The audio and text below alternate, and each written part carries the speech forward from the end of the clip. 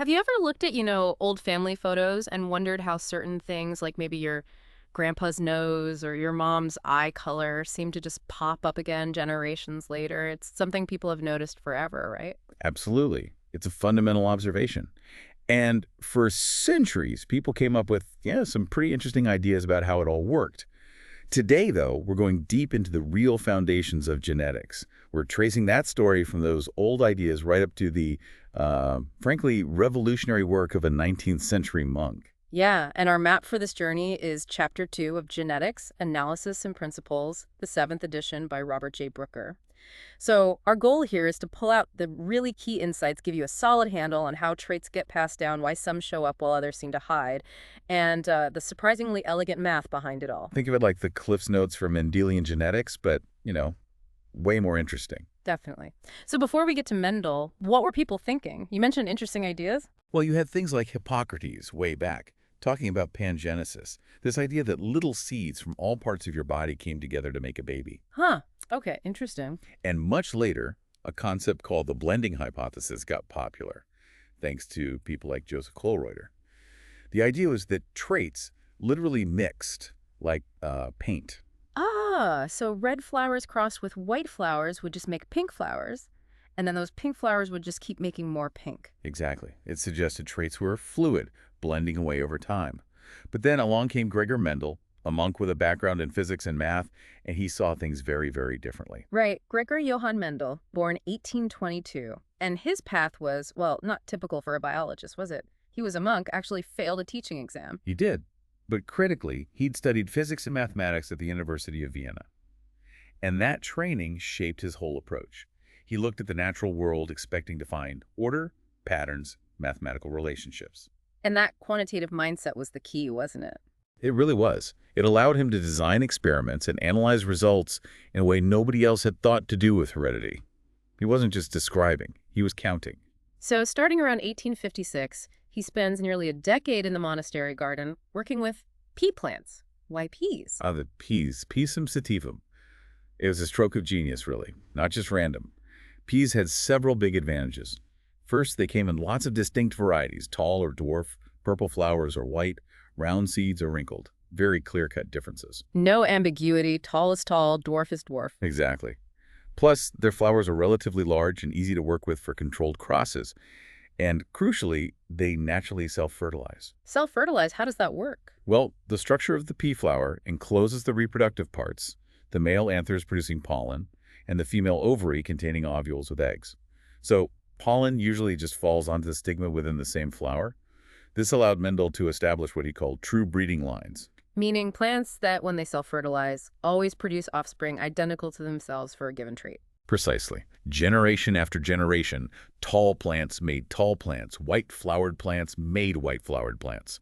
But Mendel could also step in. He could carefully remove the anthers from a flower before it matured, preventing self-fertilization, and then use a tiny paintbrush to transfer pollen from a different plant. Ah, so he could control exactly which plants were crossing. Complete experimental control. Total control. He could make any specific hybrid cross he wanted. It was meticulous work. Okay, let's nail down some terms he used. You mentioned character and trait. Right.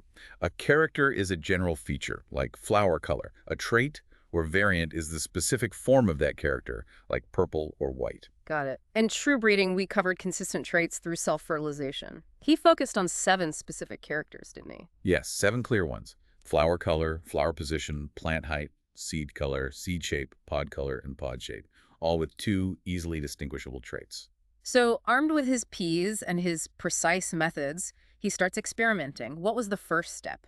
He began with what are called single-factor crosses, just looking at one character at a time. This is classic discovery-based science. So he takes 2 true breeding plants that differ in just one character, say a tall one and a dwarf one. This is the pea generation for parental. Correct. He crosses them.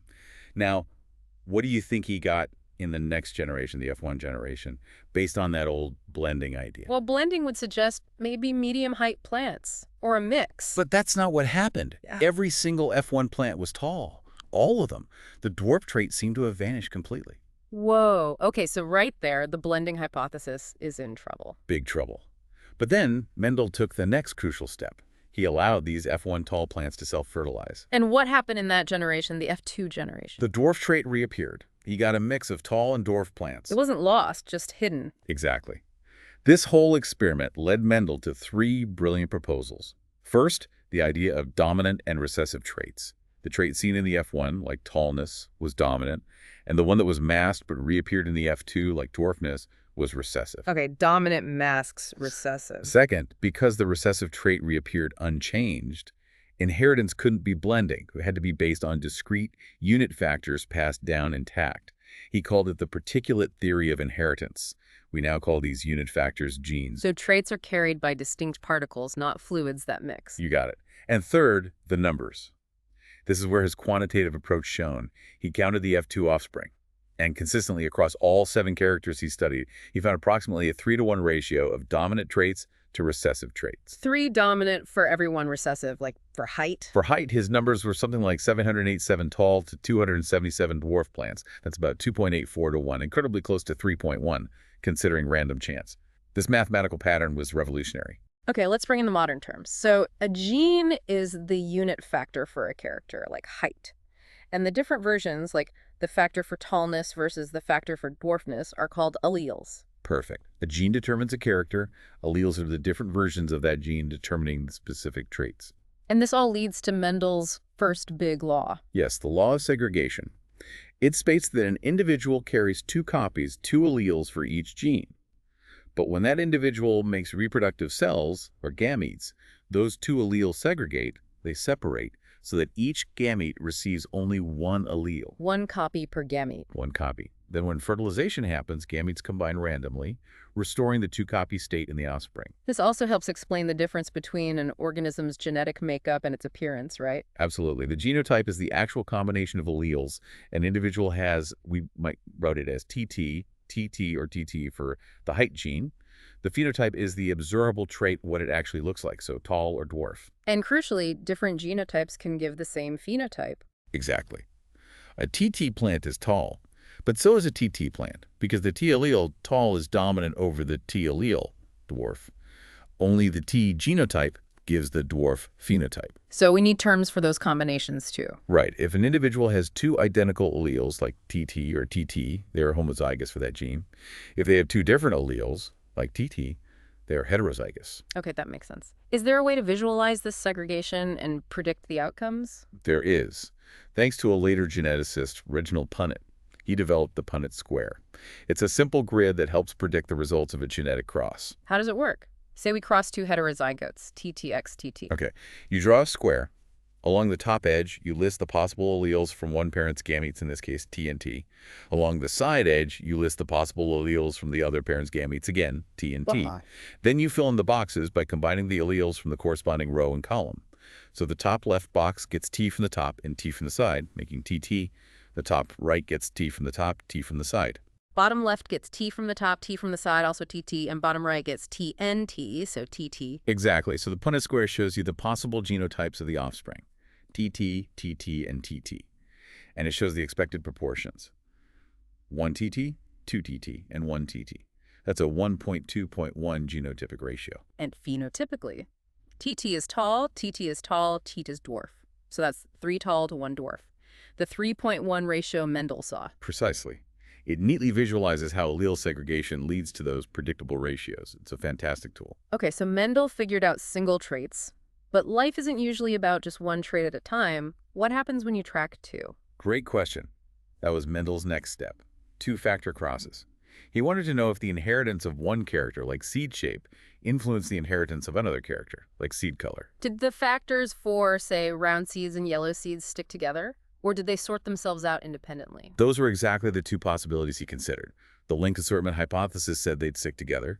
The independent assortment hypothesis said they'd sort randomly. So how did he test it? He started with true breeding parents for 2 traits. For instance, one parent line always produced round yellow seeds. Let's use RIY for the genotype. The other parent line always produced wrinkled green seeds. Okay, cross RYY with rye. The F1 generation. I'm guessing they'd all show the dominant traits. You got it. All F1 plants produced round yellow seeds. Their genotype was heterozygous for both genes, RRYY. This confirmed round is dominant to wrinkled R, and yellow Y is dominant to green Y. But the real test comes in the F2, right? Self-fertilizing those RRYY plants. Exactly. Now, if the linked assortment idea was right, the RRY parent would only make two types of gametes, RY and RY, because R and Y came in together and RY came in together.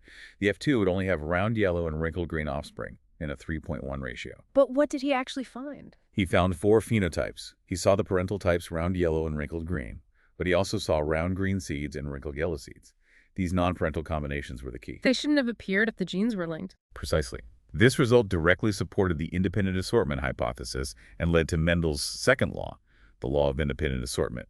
It states that alleles of different genes assort independently of each other during gamete formation. Meaning the way the alleles for seed shape sort into gametes has no effect on how the alleles for seed color sort? Correct. An RRY parent produces 4 types of gametes, RY, RY, and RY in roughly equal numbers because the RR gene pair sorts independently from the Y gene pair. And if you do a Punnett square for this RRYY x RRY cross, it gets bigger, right? It does. It's a 4x4 grid with 16 boxes. But when you tally up the resulting phenotypes, you get a very specific ratio. 9 round yellow, 3 round green, 3 wrinkled yellow, and 1 wrinkled green. The famous 9.3.3.1 ratio. And Mendel's actual counts matched this pretty closely. Remarkably closely. His numbers were something like 315 round yellow, 108 round green, 101 wrinkled yellow, and 32 wrinkled green. Very near 9.3.3.1. Wow. The elegance of it is kind of stunning. What's the big implication of independent assortment? It's a major source of genetic variation. By shuffling alleles of different genes into new combinations in the gametes, it leads to genetic recombination offspring with combinations of traits different from either parent. This is absolutely vital for evolution. It generates novelty for natural selection to act upon. Exactly. Right. And biologically, this independent assortment happens because of how different chromosome pairs line up randomly during meiosis, the process of making gametes. We'll likely dig into meiosis itself in another deep dive. Just imagine in humans, with our 23 pairs of chromosomes, the number of possible combinations must be astronomical. It is. Just from independent assortment alone, one person can produce 2 to the power of 23, which is over 8 million genetically different types of gametes. Combine that with random fertilization, and you see why siblings, except identical twins, can be so different. So Punnett squares are great for 1 or 2 genes, but what about 3 or more? That 9.3.3.1 square was already 16 boxes. Yeah, a 3-factor cross would need a 64-box Punnett square. It gets impractical fast. For more complex crosses, geneticists use mathematical shortcuts like the multiplication method or the forked line method. These basically use probability rules to calculate the expected proportions without drawing huge squares. Makes sense.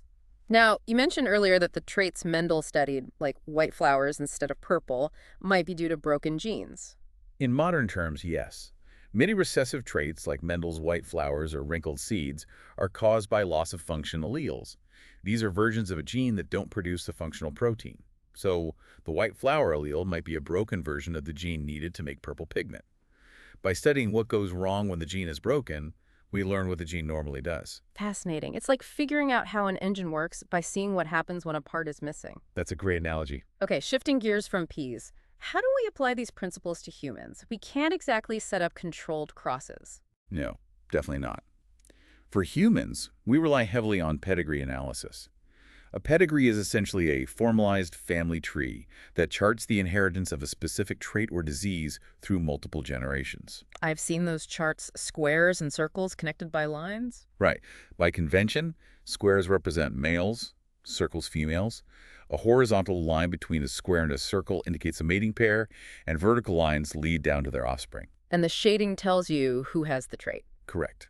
Filled symbols usually mean the individual is affected by the trait or condition being studied. Unfilled means unaffected. Roman numerals denote generations, and numbers identify individuals within each generation. So how do you use a pedigree to figure out if a trait is, say, dominant or recessive? You look for patterns. A key clue for a recessive trait is seeing it appear in offspring whose parents are both unaffected. This tells you the parents must both be heterozygous carriers. They carry the hidden allele. Exactly. Also, if 2 affected individuals have children, all their children must also be affected if it's a simple recessive trait. And for a dominant trait? With dominant traits, affected individuals usually have at least one affected parent.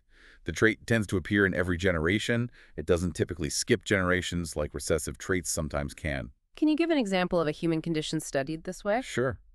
A classic example of a human recessive disorder is cystic fibrosis, or CF. About 1 in 30 or so people of Northern European descent are carriers heterozygous. And if someone inherits two copies of the recessive CF allele, They develop the disease, which affects several organs, but most critically the lungs, where thick mucus builds up, leading to infections and breathing problems. what's happening at the gene level there? The CF gene provides instructions for a protein called CFTR, which acts as a channel controlling ion movement across cell membranes. The common CF mutation results in a defective protein disrupting that ion balance, especially in lung cells, leading to the characteristic thick mucus. And a pedigree for a family with CF would show that pattern, maybe unaffected parents having an affected child. Yes, that's a hallmark sign consistent with recessive inheritance, fitting perfectly with Mendel's law of segregation. It's amazing how these rules figured out in P's apply so directly to us. This also brings us back to the math, doesn't it? Using these laws to predict chances. Absolutely. Understanding probability is key to applying Mendelian genetics. Whether you're a plant breeder trying to get specific traits or a genetic counselor advising a family about disease risk, it all comes down to calculation probabilities. So probability is just the chance of a particular outcome happening, right? Number of ways for that outcome divided by total possible outcomes. Precisely. Like flipping a coin, probability of heads is 12.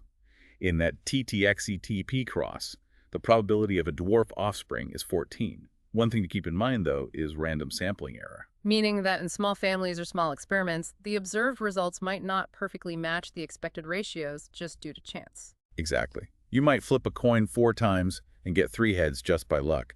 But if you flip it 4,000 times, you'll get much closer to 50% heads. Mendel was smart, or maybe lucky, to use large sample sizes, which minimized this random error and helped him see the underlying ratios clearly. Okay, so how do we calculate the probability of multiple things happening, like, say, a couple who are both carriers for CF, CCXCC, having 3 children, all with CFCC? For independent events like that, we use the product rule. The probability of 2 or more independent outcomes occurring together is the product you multiply their individual probabilities. So the chance of one child having CFCC is 14. For 3 children all having CF, it's 14 times 4 times 14. We got it, which equals 164. Pretty low odds. You can use the same rule for sequences, like having an unaffected child, 34 probability, then an affected 14, and then another unaffected 34, that would be 34, 14, 74. And this works across different genes, too, if they assort independently. Yes. If you have a cross involving multiple genes, like AUBX, ABE, and want the probability of, say, an AAB offspring, you figure the probability for each gene separately. PA from AXAA is 14, PDB from BBXBB is 12, and multiply them. 14. 12 equals 18. Okay, but what if the order doesn't matter? Like, what's the probability that out of 5 children, exactly 2 will have blue eyes? A recessive trait, let's say. For unordered combinations like that, where you have 2 possible outcomes, like blue eyes versus not blue eyes, and you want a specific number of each regardless of birth order, you need the binomial expansion equation. That sounds a bit more involved. It is mathematically, but it directly calculates the probability for those x out of n scenarios. There's a formula involving factorials and the individual probabilities. For more than 2 outcomes, there's even a multinomial expansion. So we have ways to predict outcomes, but how do we test if our actual experimental results match those predictions well? How do we know if the deviation we see is just random chance or if maybe our hypothesis about inheritance is wrong? Excellent question. That's where a statistical tool called the chi-square test comes in.